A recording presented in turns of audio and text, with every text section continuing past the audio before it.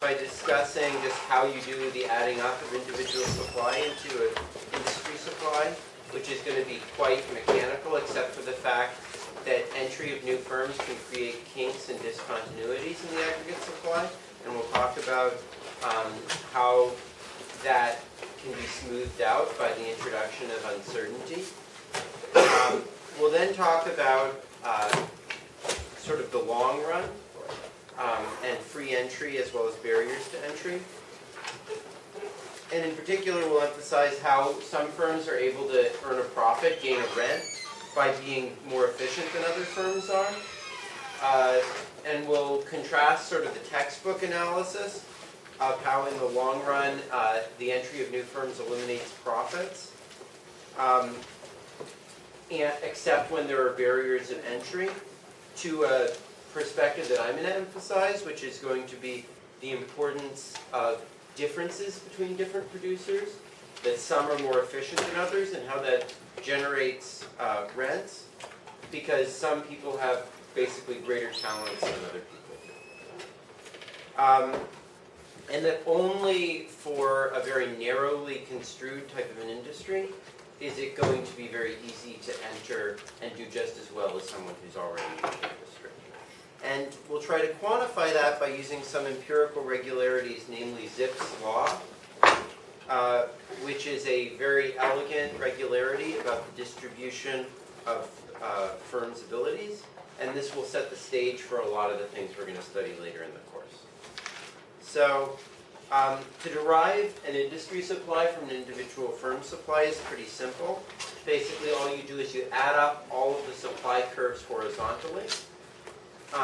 And in some sense, this is what you could have done on your problem set. That was one option. You could have taken all the marginal cost curves and added them up horizontally to get the total cost curve. That's one way to do cost minimization when you have different technologies. And that is the industry supply, S bar of P, is just the sum of the individual firm supplies.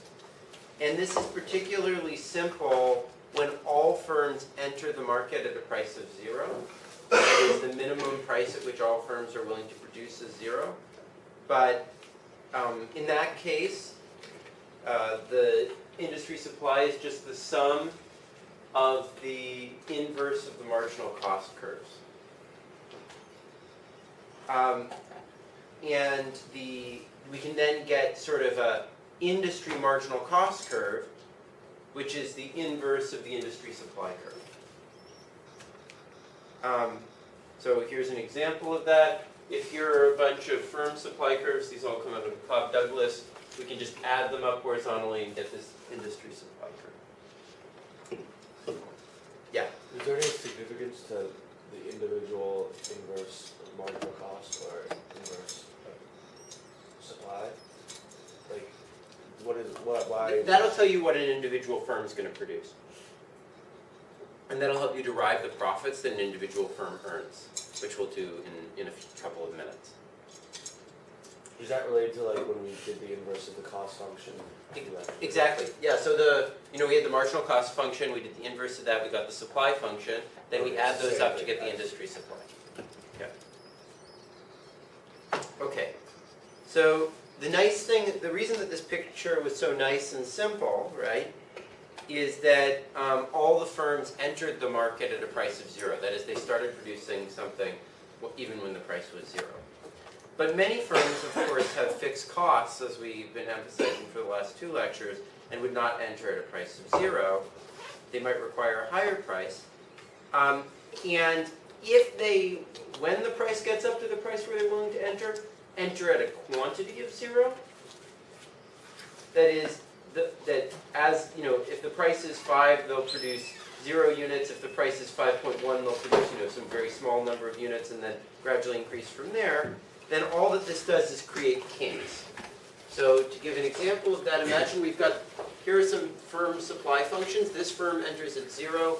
This firm enters at a small amount, but enters continuously. This firm enters at a high price, but again enters continuously. Well, then you get an industry supply function which adds these up, which is continuous, but it has these kinks at the point at which different firms enter.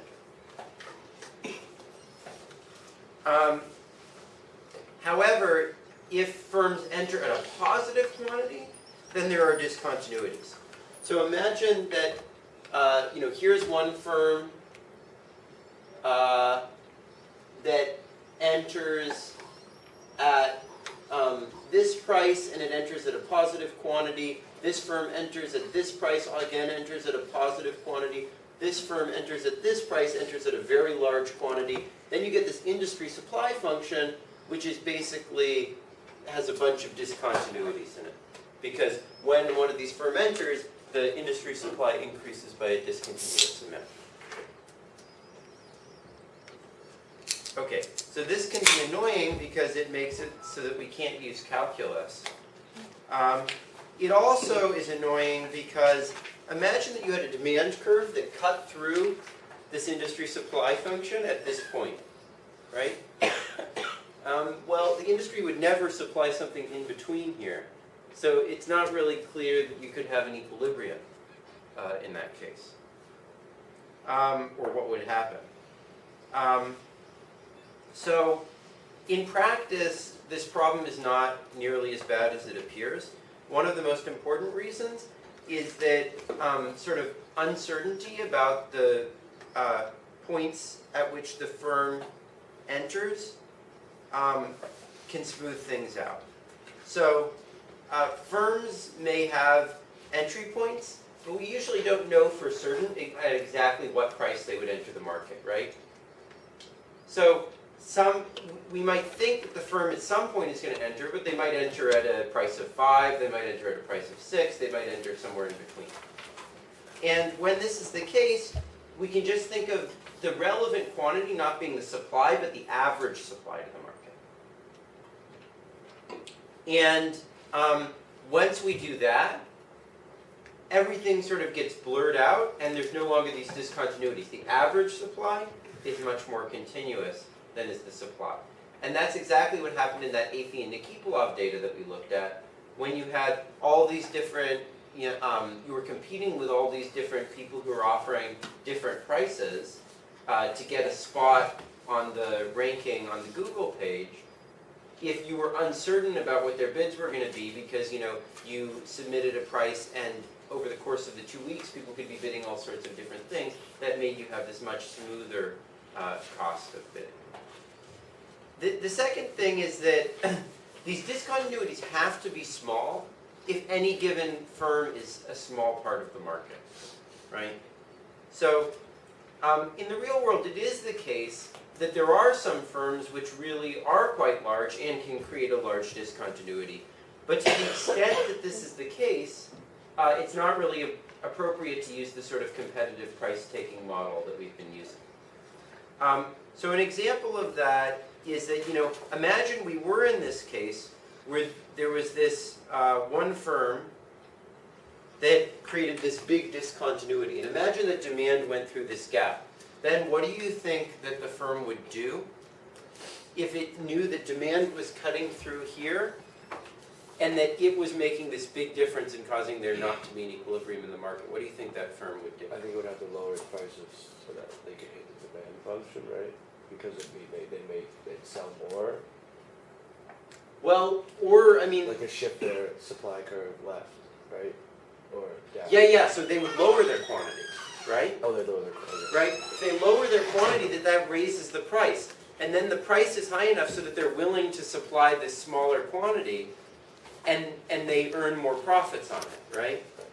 So the point is that this actually doesn't really cause a problem once we take into account the fact that if a firm is so big that it has this big impact on whether there's a market equilibrium or not, it'll have an incentive to reduce its quantity, like a monopolist, as we'll study in a few lectures, to make sure that the market clears. So a lot of the times when you get something weird, like there's no equilibrium because it's cutting through, what it's indicating to you is not that you don't know what the heck's going on, but rather that you've got the wrong model.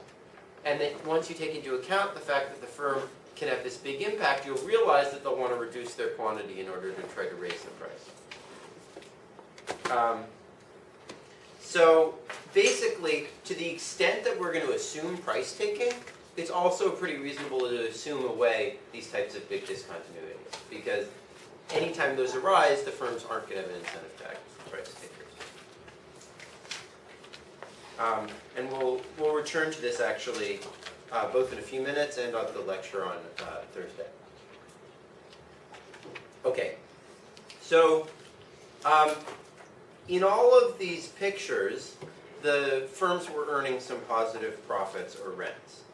So a natural question is what determines the size of these? From the earlier analysis we did, it's the area to the left of the supply curve, right? The more the firm is producing, the more rent it earns, and the wider range of prices at which it would be willing to produce, the more rent it earns, right? Because if it's willing to produce at a wide range of prices, then its supply curve is going to be in, and there's going to be more area between it and the y-axis, right? And that means that the more efficient is the firm for the average unit that it produces relative to the marginal unit, the more profits the firm will earn. So if the firm can produce the average unit very cheaply, but the marginal unit not so cheaply, and that's equal to the price, then the firm is going to earn a lot of profits, right? But of course, the price in the market is determined not just by the firm, but by the set of all the firms in the industry, by the industry supply function, right? And so the key is going to be how efficient are you relative to everybody else's marginal cost. If on average you can produce things efficiently compared to the marginal cost of everybody at the margin, which determines the price, you're going to be earning a lot of profits.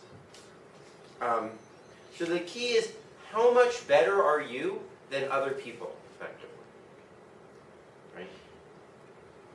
And so this means that there are basically two sources of rents under competition. One is that basically you are able to produce inframarginal units much more efficiently than your marginal unit, and second, that you're better than other people are, right? And so one thing this indicates, right, is that you're always going to produce where your marginal cost is equal to the price.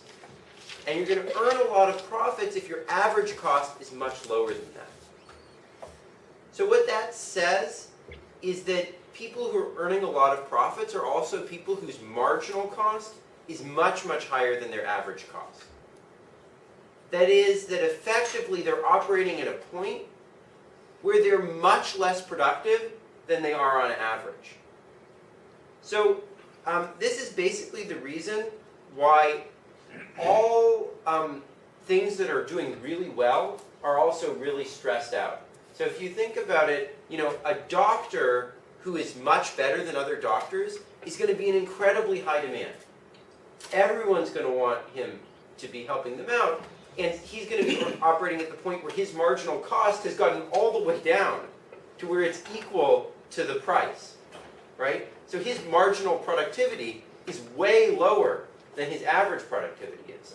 Whereas people who aren't so good, right, their marginal productivity is already pretty close on average to the level of the market, therefore they earn very little profits.